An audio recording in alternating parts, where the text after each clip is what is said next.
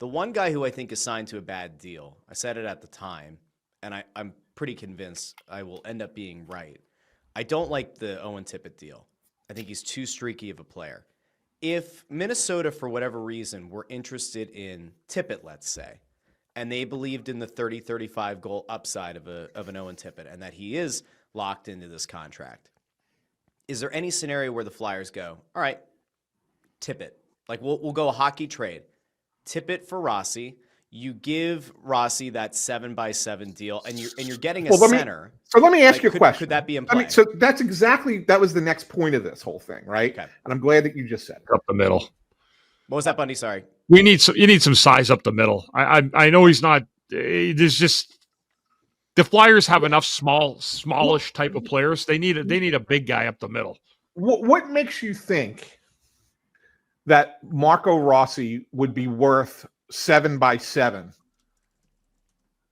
You know what I'm saying? Like what that's the prices, the term and the length of that contract and the price, just because he had a 60-point season for another team. I mean, think about how many times in sports that guys have good seasons in obscurity on teams that nobody's aren't great teams. And Minnesota, they got off to a fantastic start last year, but they ended up right about where they belonged, which was a bubble playoff team, right? And they did get in, but they ended up right about where they should have been. And he had a 60-point season. That's great. Is that his ceiling? Is there more there? I don't think so. I don't think it's a ceiling. Okay. But that's what I'm asking you. Yeah. And you're willing to give that contract to that player instead of what you had. Now, look, I'm not convinced that Owen Tippett's contract's a good contract. I'm there with you on that. However, look at us agreeing to stuff. It's good that we took like a month off. Good job. No, but it's not that. I do want to see how Tippett plays with a different coach, because we know that there was some bad relationship there with Tippett and Tortorella, right? So before I am completely out on this Owen Tippett and that contract and that he's too streaky and it was a bad deal, I do want to see him play under a different coach. And then maybe that changes. Maybe it doesn't. Maybe it stays the same, and then we sit there and go, yeah, bad deal, right? I'm going to give you the reason why 7x7 for Rossi is not a bad idea if it's for Tippett. Okay? What's the one thing that Tippett's supposed to bring to the table? Goal scoring. Speed, goal scoring. Last season, 20 goals. Year before, 28. Year before, 27. He's 26 years old. Rossi, while small, is 3 years younger and is also coming off of a 21-goal season followed by a 24-goal season at center, even though he's small. Now, I'm not in love with the $7 million figure, but I'm going to use the logic that you have long been using here when trying to justify certain deals. The cap going up is not something that I like to burn. And looking at next season, it's not something I like to burn. But Tippett's making like 6.25. So if I'm just looking at this, again, 1-for-1 hockey trade, you have a bevy of wings. You might be able to get a center in this draft, but that remains to be seen. You know, if a Martone falls to you at 6 and you're not sold on everybody else, like, is that another wing you're adding to the mix, right? I would be fine with the idea of, even if he's an undersized center, he probably becomes your most skilled center right now.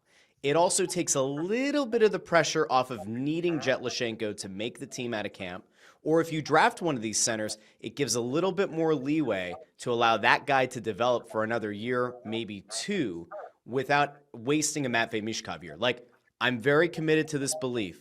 The number one priority this offseason, yes, goalie's important. You need a legitimate center to play with Matvei Michkov, so you're not wasting years of his development. I'm a big like, just swing for the fences, give John Tavares a 2-3 year deal at a ridiculous AAV because I want to see somebody legit play with Michkov. But like, positional need wise, I think Rossi would end up being okay. And if the kid that you draft this year, if that's who it ends up being a center, or if it's Lashenko, or if it's you go big fish hunting next year, and there are some guys that they might be interested in at center. If you have a $7 million 2C 2 years from now, Ant, like that probably looks like what a $4.5 million was a year or two ago. It's not like the Kevin Hayes contract kind of repeating itself. That's where I'd be. Like that's just where I'm at. to answer your question. And I don't think 60 is his max. I don't think that's the best that he's going to be able to do, but I could be wrong.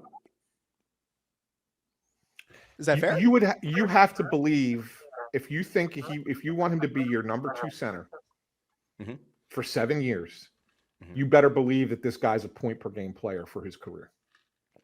At $7 million though, with the cap going up, yeah, that might be what a 3C gets paid in 2-3 years.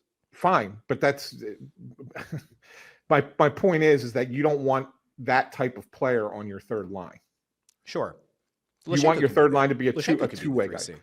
He could be, but he could be higher than that too, right? I mean, they think that there's more that they think there's more there than that.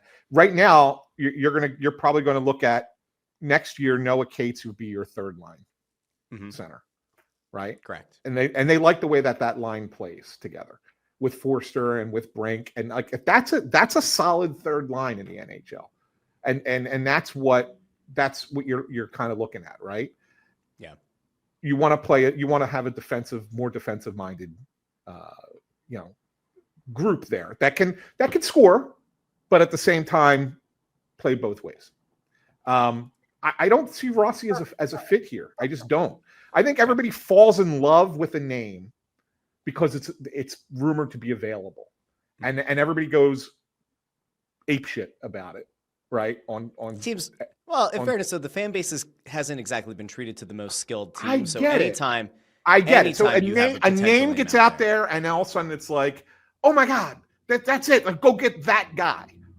What about what else is happening that nobody knows about, including me? Like, I don't know every conversation that Briere's having with every team in the league, but I do know that you would not be doing your job as a general manager in the sport if you weren't checking in on guys, even checking in on guys that you don't think are available, because you never know. Maybe you throw something at a guy and go, you know what, I wasn't going to be looking to trade that guy, but now that you bring that up, maybe we'll think about it. Like, so yeah, they checked in on Rossi. They'll probably check back in again as it gets closer to the draft. But like I said, they're not going to overpay for this guy. They don't particularly look at him as a guy that they think fits this roster like a glove.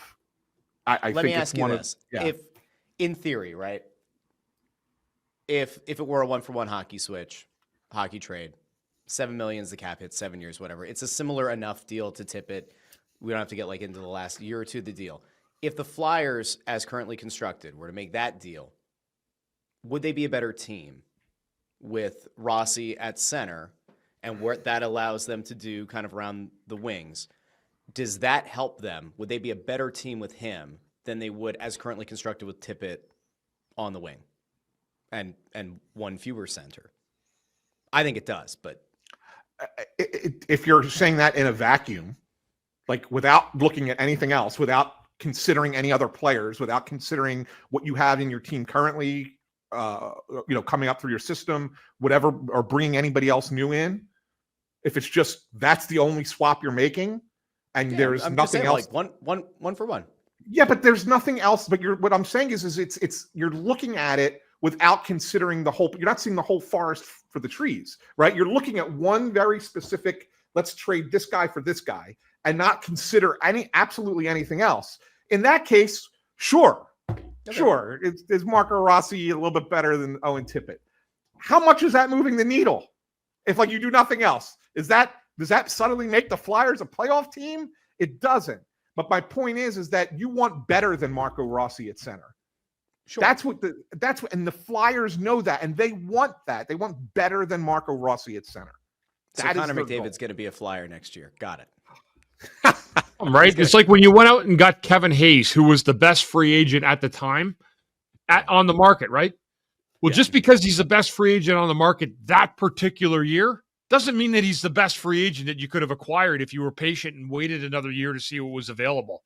So you got to be really, really sure about that. That's my biggest thing when I look at teams and signing guys. If you sign a guy in the free agency, is he the top of the food chain, or is he the top of the food chain that particular year, which makes him the third or fourth guy down the rung in a really good free agency year? So you got to be careful like that. You can't just go signing guys because, that's the best looking guy that this year we're going to go sign him because everybody says that's the best guy. No, you won't win like that. You have to make sure you get the best guy that you think is going to propel your team forward. And it's not getting a second-tier guy. Paying high money for a guy doesn't mean you're getting the best player. It means that you're willing to show everybody that you're willing to pay high money for a guy, but that doesn't make him the 1C. That might make him the 2 or 3C, and that, quite frankly, is just not good enough.